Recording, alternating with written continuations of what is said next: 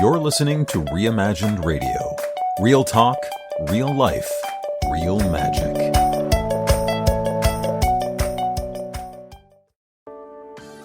Welcome to Success Unlimited with Dr. Patricia Thompson.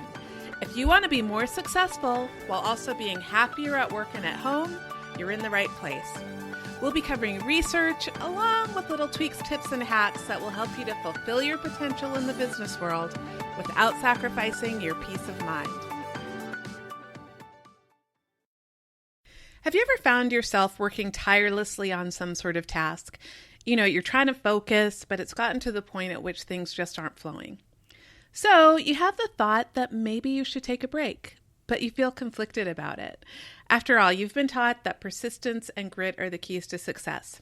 So you put your nose to the grindstone and you continue on, patting yourself on the back for being so dedicated and hardworking, despite the fact that you're totally wiped out. Now, as an executive coach, I work with a lot of clients who have a strong desire to be successful. And based on that desire, they work really hard and can tend to feel ambivalent or maybe even guilty about taking breaks. Some of them might feel that more work is better and that if they take breaks, they're actually being lazy. Or others might feel like they just have so much on their plates that they can't afford the luxury of taking a break. Now, if you can relate to anything that I've said so far, this episode is for you. And my hope is that by the end of it, you'll have an entirely different point of view about the value of taking breaks. So in today's episode, I'm going to be covering research that shows why breaks are so valuable and actually make you more productive, not less. And I'll also give you some practical strategies that will help you to better incorporate breaks into your schedule. So let's get started and dive into what the research says. Okay, so let's revisit the scenario I mentioned at the beginning of the show. You're working on a task for an extended period of time, and after a while it feels like you're spinning your wheels. Should you persist on, or should you do something else? Well, given what the topic of this show is, I've obviously had a bit of a spoiler already. Obviously, taking a break is the way to go, and it's actually due to something that's called habituation. Now, have you ever seen those Febreze commercials where someone has a cat in the house or maybe some smelly gym clothes, and the person doesn't realize there's a smell because they've gone nose blind to it? So in other words, what the nose blindness is it means that they've habituated to the smell. They've been exposed to it for a while, and so their brain isn't registering the stimulus anymore. So habituation can be helpful. It's the reason why you're not constantly distracted by the feel of your sweater on your skin or maybe the smell of your new body lotion. But when you're trying to focus on a task, habituation can actually work against you because you're not able to maintain constant focus on something that isn't changing. So, for example, in one research study, people took part in a memory task on a computer. And one group were given breaks, and during those breaks, they did something else, and the other group didn't get those breaks. And what the researchers found was that the group that was given little breaks performed better than the people who didn't take breaks. In other words, they were able to perform better in terms of a memory task. And in fact, the people who didn't take breaks actually showed a decline in their performance.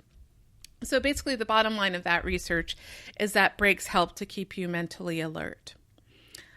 There was another pretty cool study that was done of bank employees, and they had people taking breaks throughout the day. So they were doing things like taking power naps. Some of them were listening to music. Some of them were going for walks, stuff like that. And what they found is that 2/3 of the employees reported feeling more productive and better connected with their customers.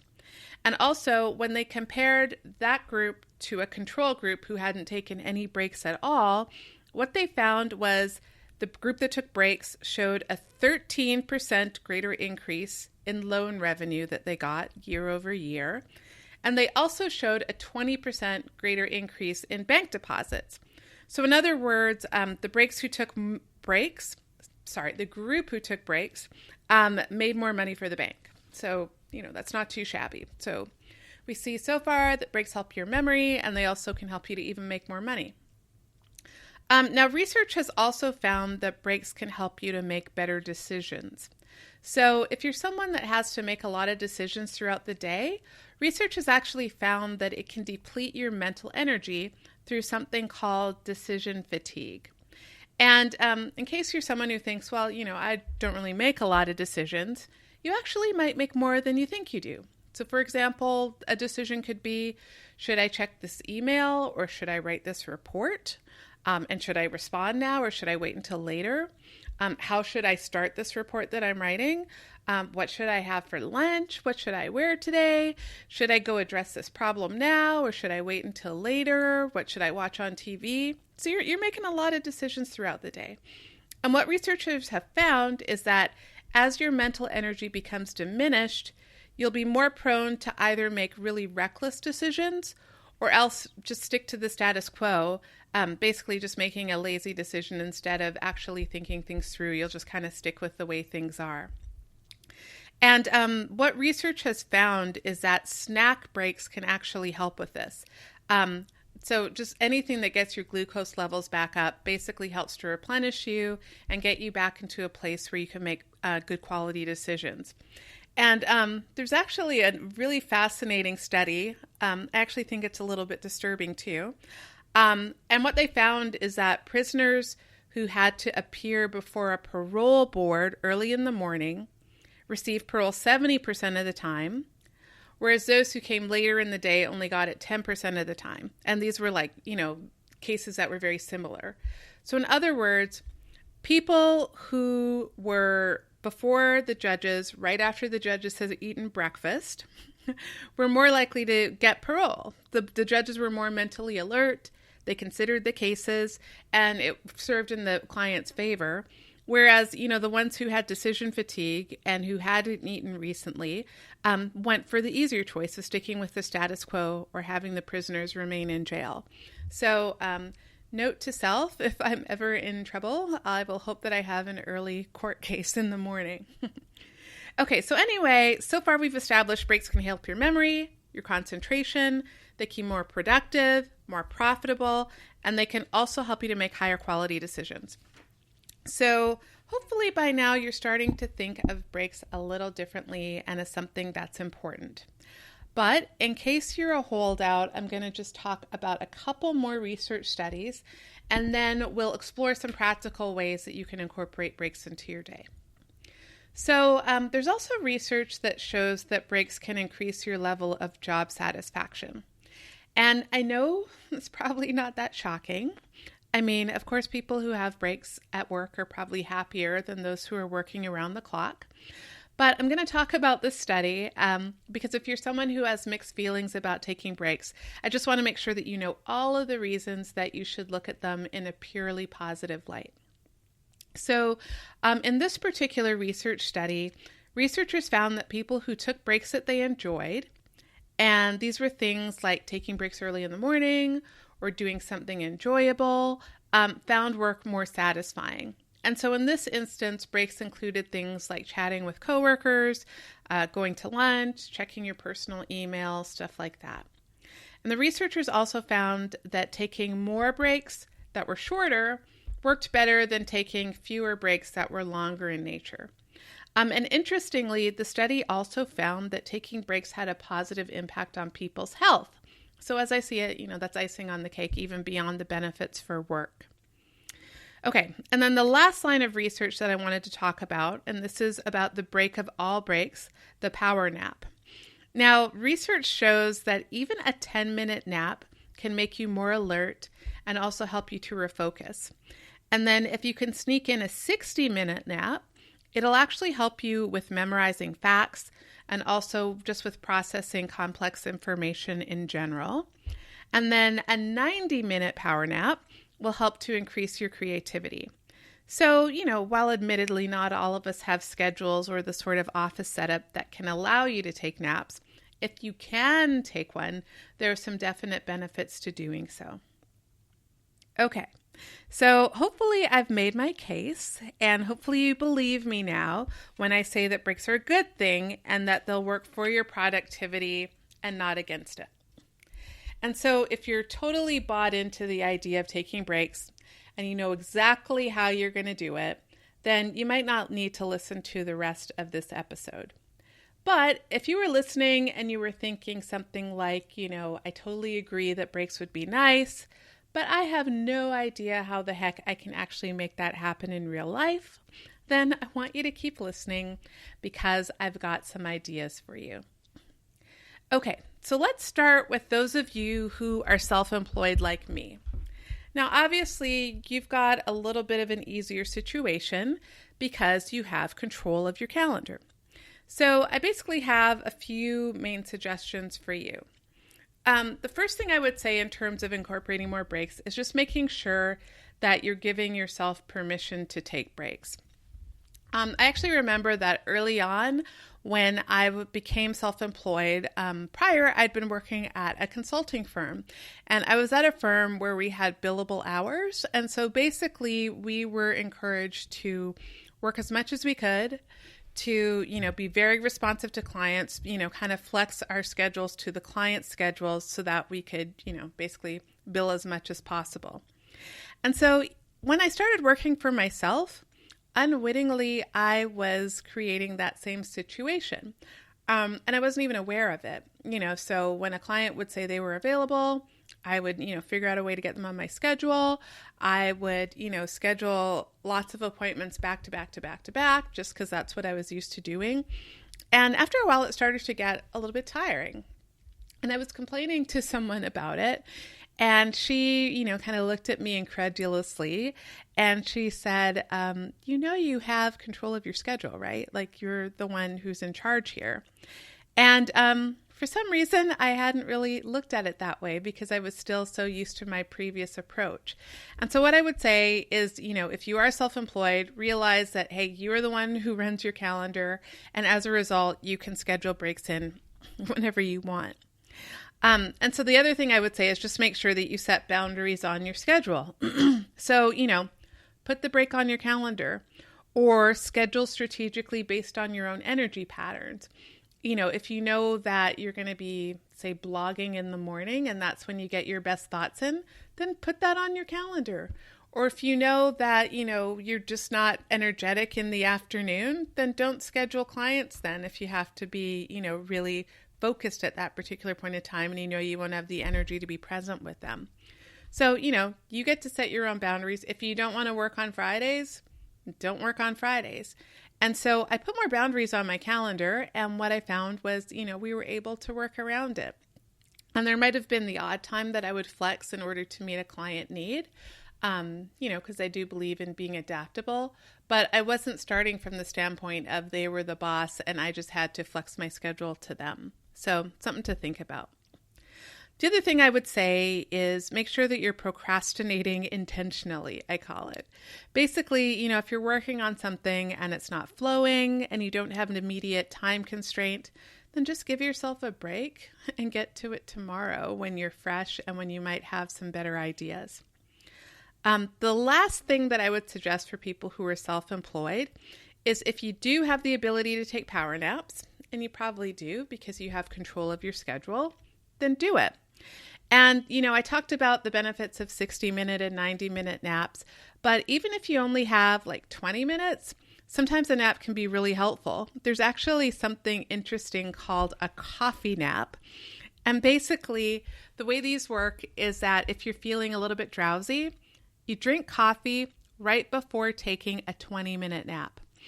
And I know that it sounds counterintuitive, and I'm not going to go into all the explanation of how it works, but basically what happens is it takes about 20 minutes for the caffeine to kick in.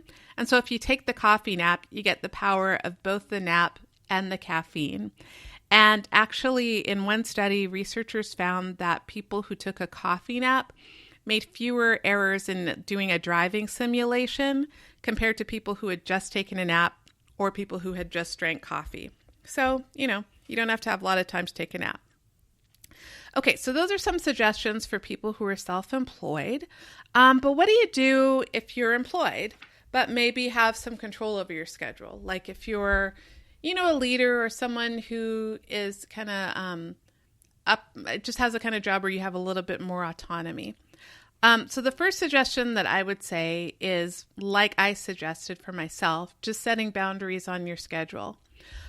Some leaders that I work with really believe in having an open door policy. And while that's great in terms of being accessible, it also can create issues in terms of them actually being able to get their work done. So, there may be times at which you have to close your door and, know that that's okay if it's, for taking a break or recharging. Obviously, if you're setting boundaries on your calendar, you can also schedule breaks in there. And what I would say is I sometimes work with people whose calendars tend to get away from them. Like some of the really senior executives I work with say that they have meeting after meeting after meeting after meeting after meeting. And so there's really no time to take any breaks. If your schedule tends to be like that, then I would suggest scheduling slightly shorter meetings.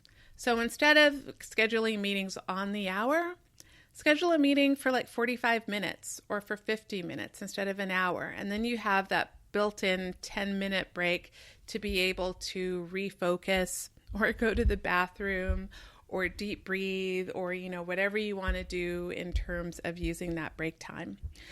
So that's one way to do it. And, I found that was really helpful when I was seeing therapy clients, is having that 50 minutes where I could kind of recharge, make notes if I want to, not feel super frazzled or that I was running from meeting to meeting. So that's a really useful strategy. Something else I would say is make sure not to skip lunch. When I was working at the corporate firm, like I said, the consulting firm, sometimes we would skip lunch because we would be so busy. But if you think about the research that I mentioned about decision fatigue, we can see why that's such a bad idea. So make sure you make time for lunch. And then the last thing I would say is if you can, take a walk during your lunchtime. Research actually shows that walks help you to refocus. And if you can do them around green space, it's all the better. That's linked to sort of more positive mood and lower stress. So that little bit of exercise and that little bit of time out in nature can be really beneficial. So even if you can't do it every day, if you could do that a few times a week, not only is it good for your heart health, it's also good in terms of being able to refocus and recharge and manage your stress. Okay, so all the examples so far have been for people who have some control of your schedule. But what if you're in the sort of job where you just don't have any control? Maybe you just have like 15-minute breaks in the afternoon and a lunch hour, or maybe not even that. What do you do? Well, the first thing I would say is any breaks that you do have, make sure that you take advantage of them. So, again, don't work through lunch. Or if you have 15-minute breaks during the day, then use them to do something that you enjoy, like, watching a funny video on YouTube or socializing with your coworkers or, making a call to your significant other, things like that. So really, recognize that time is valuable and treat it accordingly. Something else that you could do in a pinch is just use bathroom breaks to your advantage. So, everybody gets to go to the bathroom at some point during the day. And what you could do during that time is just spend a little longer in the stall, maybe, deep breathe or, take a moment to think about things that you're grateful for that day. And again, it's just something where you can kind of take your mind off work, even for just a brief minute, so that you can, again, recharge and refocus. And you might mention or have heard me mention just this idea of breathing at various points.